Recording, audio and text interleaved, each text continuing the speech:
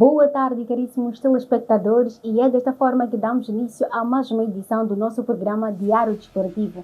E, como é de habitual, vamos consultar aquilo que é a saúde do nosso desporto. Antes de mais, vamos dar boas-vindas ao nosso comentador. Boa tarde, Mohamed, e seja bem-vindo. Boa tarde, Ariela, muito obrigado. Boa tarde lá em casa, boa tarde a todos. Iniciamos sim com uma notícia nacional falando do futsal, que Moçambique está na segunda mão da segunda eliminatória da qualificação para o CAN Futsal 2026.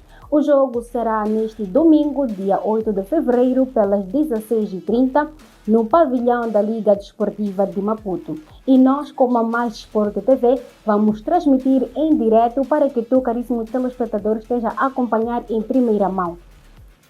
Mohamed, após a vitória de Moçambique em primeira mão, decide agora em casa a sua qualificação no Campeonato Africano. Falando agora sobre a vantagem, como a equipa deve comportar-se hoje para gerir essa vantagem sem correr nenhum risco? Boa tarde mais uma vez, Ariela. Dizer que Moçambique entra para essa segunda mão com uma almofada da vitória da primeira mão, né, da primeira volta.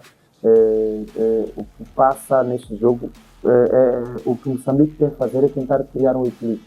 O Moçambique não pode abdicar-se da parte ofensiva, não pode deixar de atacar, mas também não pode abrir espaços para que possam acontecer futuros ou alguns contra-ataques da equipe da Mauritânia, né?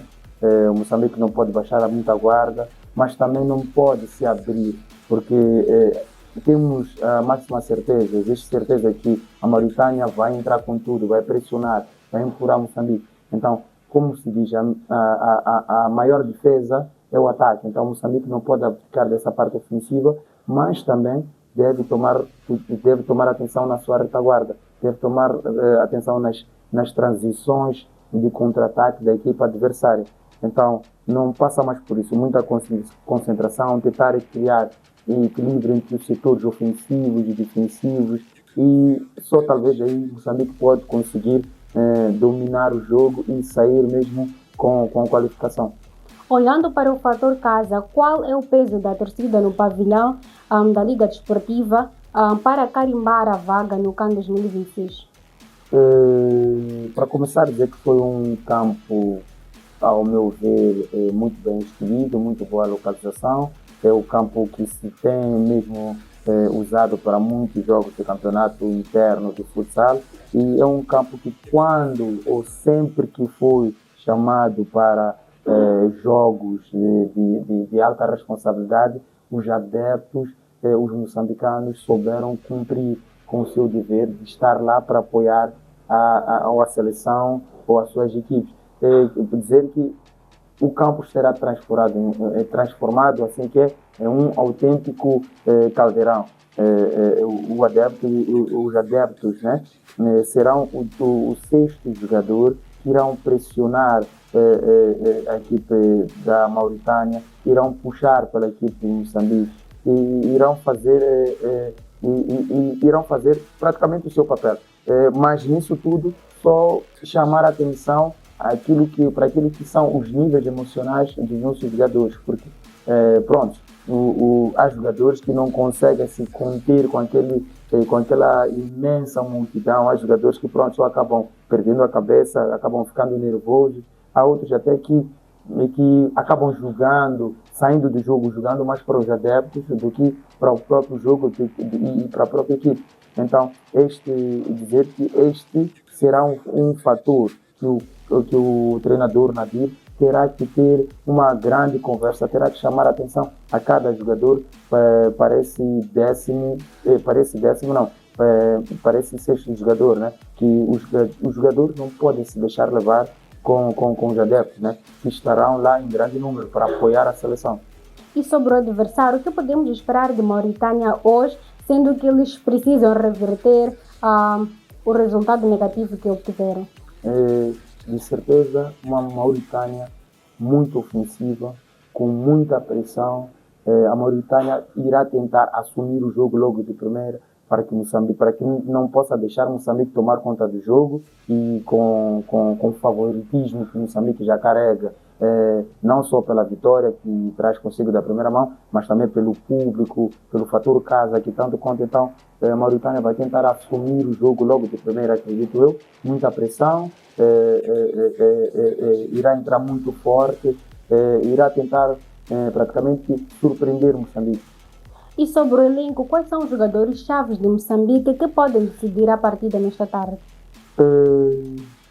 Acredito que o Nadir tão disciplinado que não é um jogador, não é um treinador que deixa que a sua equipe seja, vamos assim dizer, carregada por um jogador. O Mister Nadir é um treinador muito disciplinado e ele sempre opta pela parte organizacional, a parte do grupo, a parte do conjunto. E é o que ele sempre, em todas as equipes que ele passou, ele soube fazer, soube criar conjuntos. E eu até nunca vi o Mister Nadir com uma equipe em que existem jogadores de destaque. Então, o que quero dizer é que o Moçambique todo, a seleção toda, está preparada para dar a cara, para dar o corpo, para dar a alma pela camisola. E apesar de ter grandes nomes que podem decidir o jogo em cada minuto ou em qualquer minuto, temos o próprio Busta que irá integrar a seleção nesse segundo jogo.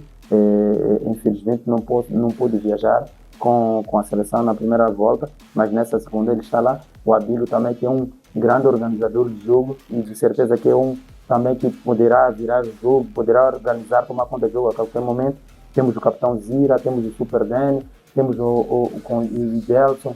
Então, o Moçambique tem muitos nomes capazes de seguir o jogo a qualquer momento, mas o Nadir é um treinador, desculpa assim que é um treinador que opta mais pelo conjunto e faz a equipe jogar pelo conjunto, e acredito que é assim que o Moçambique vai conseguir ganhar e sair de lá com a qualificação jogando em conjunto.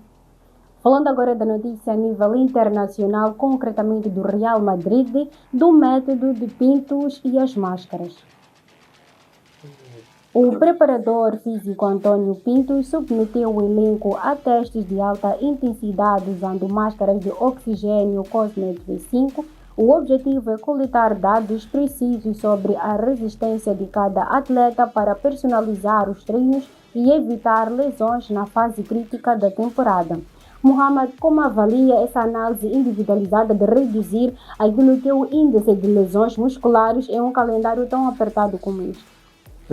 Primeiro dizer que é uma técnica ou um método, uma metodologia de trabalho muito bem-vinda, e acredito que muitos clubes passarão a usar ou poderão usar, ou estão talvez a criar condições para usar, porque acaba ajudando praticamente aos jogadores que têm tido muita carga anual. Há muitas equipes que têm 80, 60, mais de 60, talvez jogos por ano ou por época, então acaba desgastando os músculos, o próprio físico. Então esse método Pintos só vai ajudar isso, né? O método Pintos baseia-se mais, usa-se mais, é normalmente usado nas pré-temporadas, que são temporadas muito intensas, de muita carga física, e é um método que vai permitir com que qualquer preparador físico saiba qual carga eu posso dar a um determinado jogador. O Mohamed, a partir desse método Pintos, o preparador físico fica a saber que o Mohamed, só posso trabalhar com o Mohamed daqui até aqui. Então, são esses atributos todos que esse método acaba ajudando e tem surtido efeito. Assim como está a surtir efeito no Real Madrid, já surtiu efeito na Juventus e também já vi a ser usado nas equipes da NBA de basquetebol. Então é um método que acho muito bem-vindo e devia ser mesmo usado em todos os jogadores, em todas as equipes.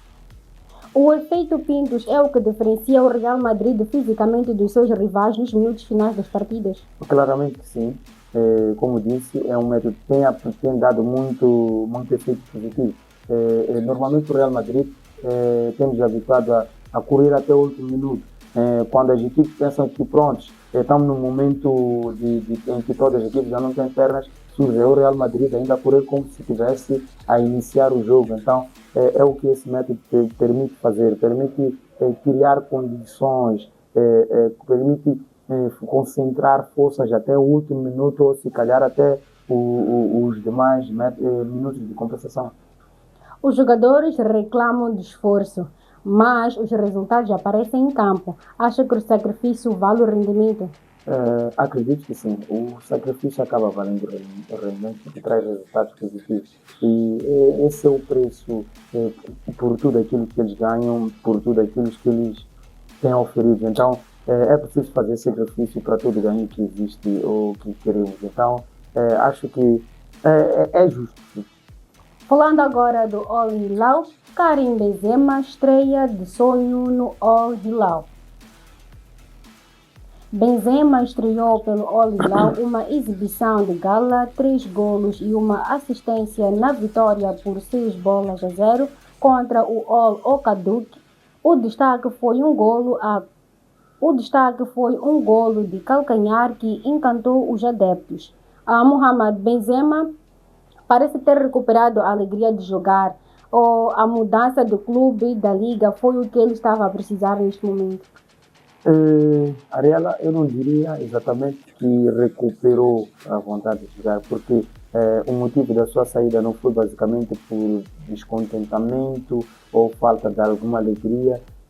O que levou mesmo o Benzema a mudar de equipe ou mudar de clube foi um desentendimento a nível contratual.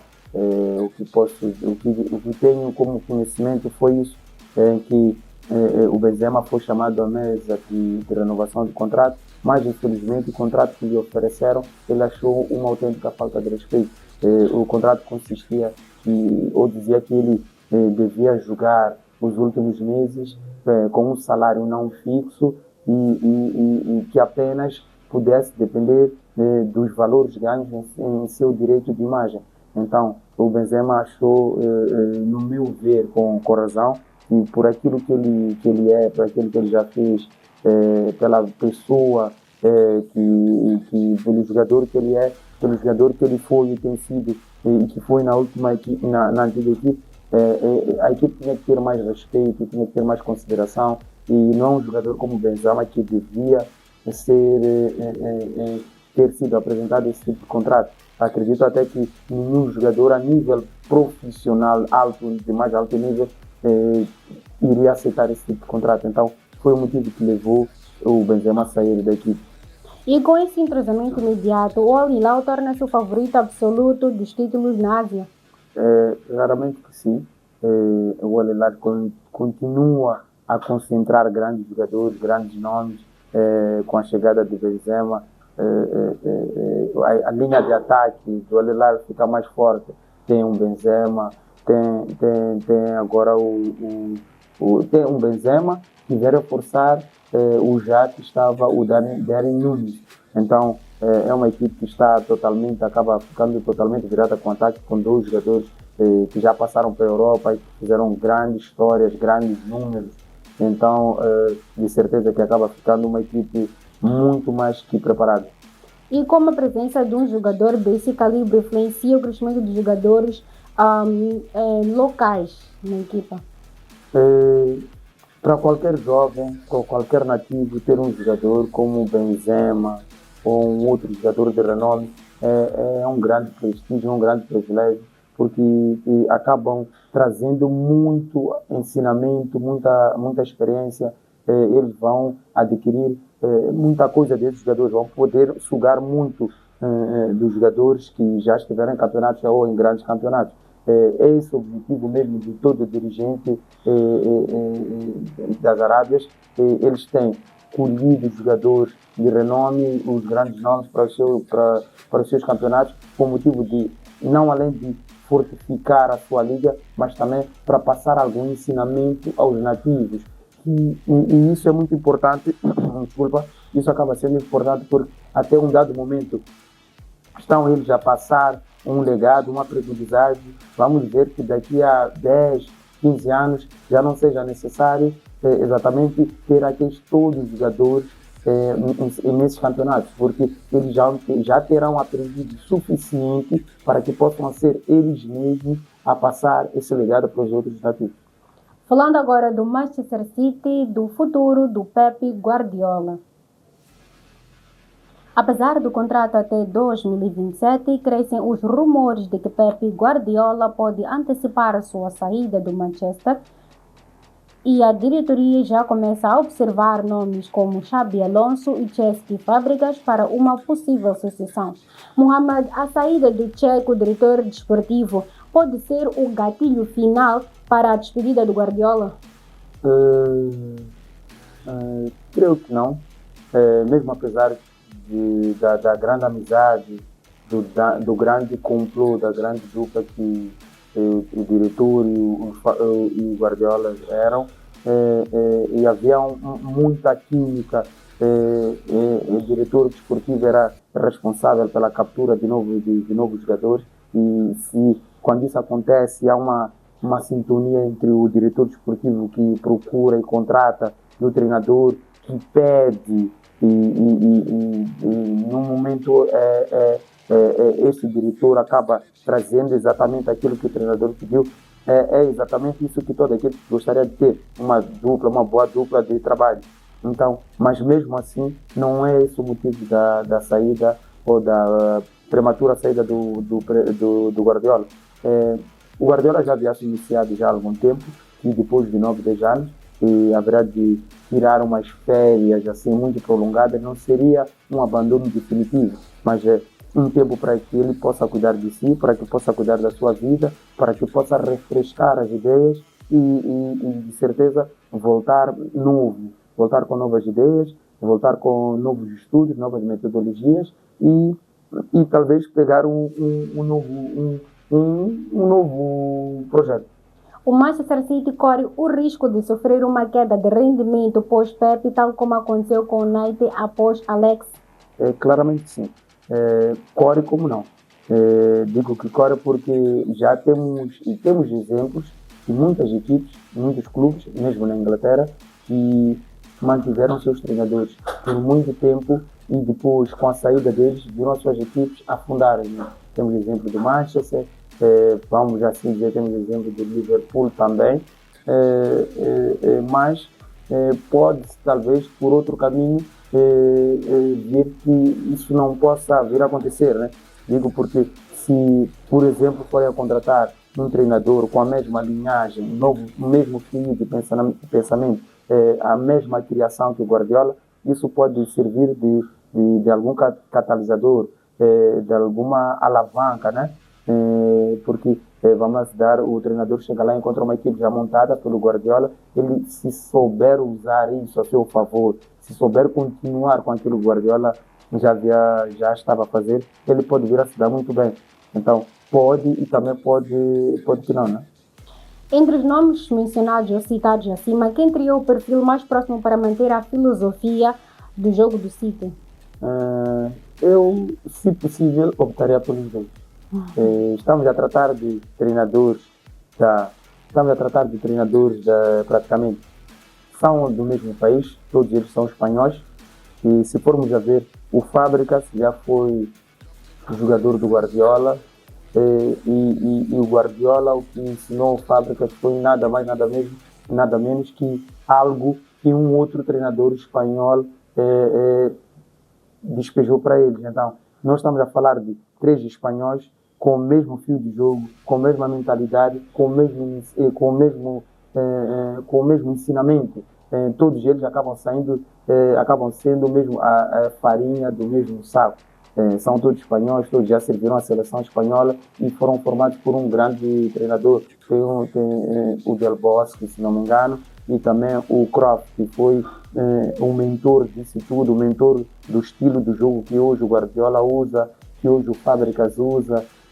Então é por aí dizer que isso para mim até vou dizer que estão a ver com bom olho. O Manchester City acaba ver com bom olho essa escolha, porque está a tirar 2 treinadores praticamente com o mesmo fio de jogo do Guardiola. Falando agora do Endrick, do protagonismo no Lyon. Endrick tem sido a peça fundamental do Lyon, marcando golos decisivos e garantindo vitórias importantes na Liga 1 e na Taça de França. o jogador busca manter o ritmo para garantir a sua vaga na seleção brasileira para o Mundial 2026. Mohamed, o empréstimo foi a melhor escolha para o Endrick não estagnar, entre aspas, né, no banco de reservas do Real Madrid? É óbvio que sim. O Endrick, quando chega do Palmeiras para o Real Madrid, acaba não tendo espaço, acaba não tendo minutos. E o Endrick, tudo que queria era poder continuar aquele trajeto que vinha a ter no Palmeiras. O Endrick estava a crescer muito bem, estava num bom ritmo. Não tendo espaço em qualquer equipe, o que resta para qualquer jogador é uma saída definitiva ou um empréstimo para que possa mostrar aquilo que ele tem e talvez uma possível volta, né? O Endrick fez uma boa escolha e o Endrick, para mim, precisava de uma equipa em que ele fosse o protagonista, ele fosse, vamos assim dizer, da gíria usada no desporto, que ele fosse o patrão. E é aquilo que encontrou no Lyon. O Endrick vem carregando a equipe do Lyon, que é tudo que eu acho que ele estava a precisar. Então, por mim, se eu fosse o Endrick nesse momento, eu até pediria para que prolongasse um empréstimo, para que eu possa ter mais ritmo, voltasse mais maduro e quando fosse a lhe chamar para ser realmente usado. E sobre o jogo, sobre o jogar assim que é na Liga Francesa, que é muito física, por sinal, será que isso ajudou o Endrick a manter o seu jogo de contato? Claramente que ajudou. Temos assistido a alguns jogos do Endrick em que ele entra sempre aqueles grandes choques, naquelas corridas e sempre sai a ganhar. Então, o Endrick é um jogador muito bom tecnicamente, tem agilidade, muita técnica, muita velocidade, e esse, o mais importante, o fator físico. Vendo o Endrick a jogar, desculpa se estiver a exagerar, mas recorda-me o Ronaldinho Gaúcho, que era um jogador praticamente com a mesma postura, um pouco mais alto, mas a mesma postura, a mesma massa muscular, a mesma velocidade, técnica muito apurada e olha só que acabam tendo trajetos quase que iguais. O Ronaldinho vai para a França, o Endrick saiu, foi para a Espanha e agora para a França e já teve uma chamada para o Real Madrid por causa disso, sim, por causa das prestações que tem tido, mas o campeonato francês dizer que claramente ajudou-lhe na sua como posso dizer, no firmar do seu filho. E com este desempenho, ele já merece a titularidade absoluta na seleção brasileira do Carlo Ancelotti?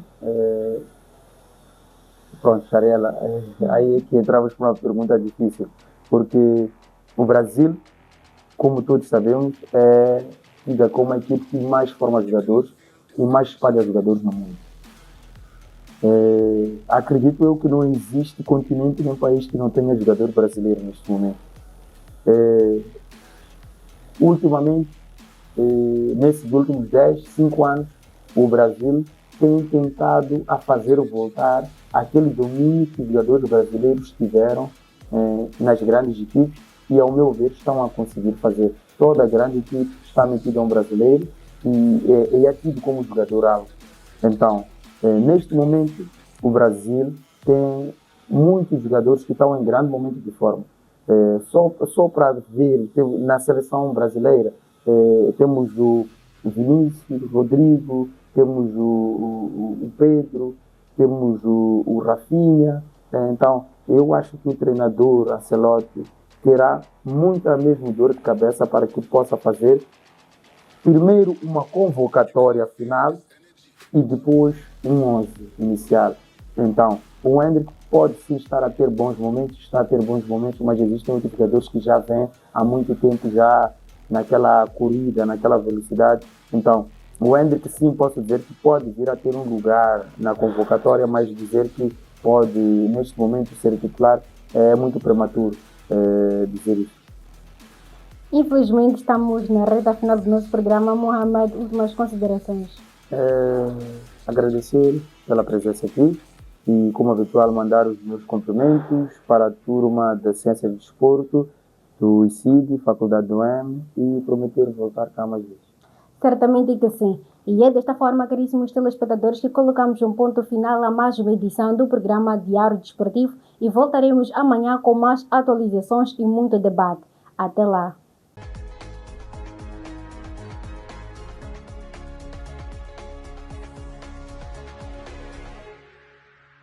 Patrocinado por